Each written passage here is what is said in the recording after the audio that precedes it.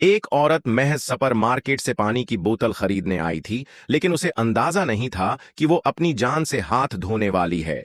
जैसे ही वो दरवाजे तक पहुंची और बाहर हो गई, निकलने ही वाली थी, अचानक एक गोली पीछे से आई और उसके बाजों को छीद गई। शदीद दर्द से वो जमीन पर गिर गई और चीख उठी।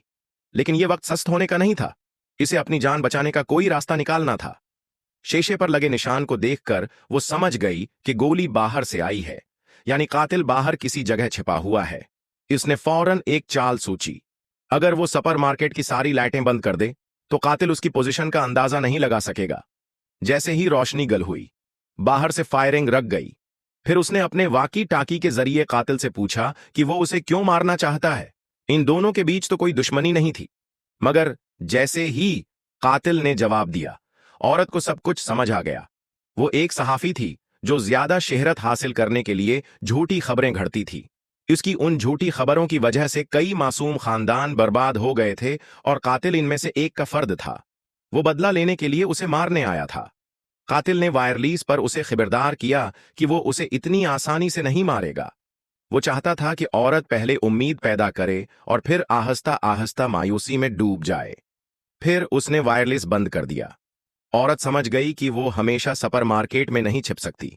उसे कुछ करना होगा। इसी लम्हे उसकी नजर एक कोने में रखी हुई छतरियों पर पड़ी। अगर वो उन्हें खोलकर एक जगह इकट्ठी कर दे तो शायद कातिल की नजरों से ओझल हो सके।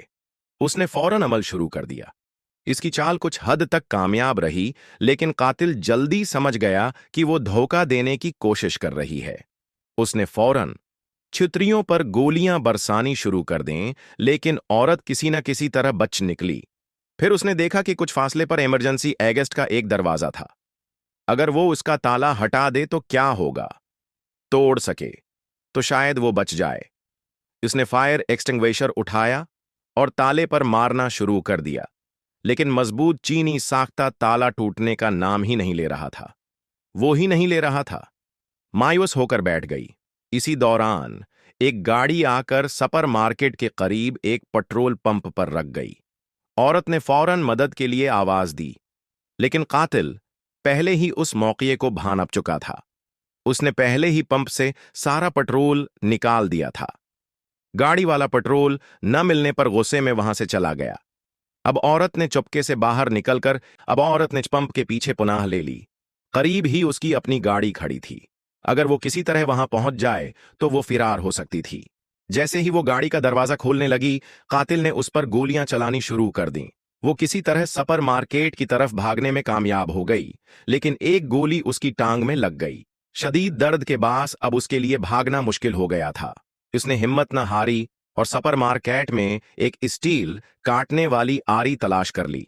उसने ताले को काटना शुरू कर दिया, लेकिन एक लम्हे की लापरवाही से आरी इसके हाथ पर लग गई और खून बहने लगा।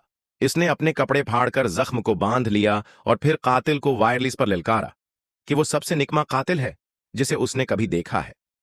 तभी एक और गाड़ी सुपर मार्केट के पास आकर रखी। गाड़ी से एक आदमी उतरा और पेट्रोल भरवाने लगा।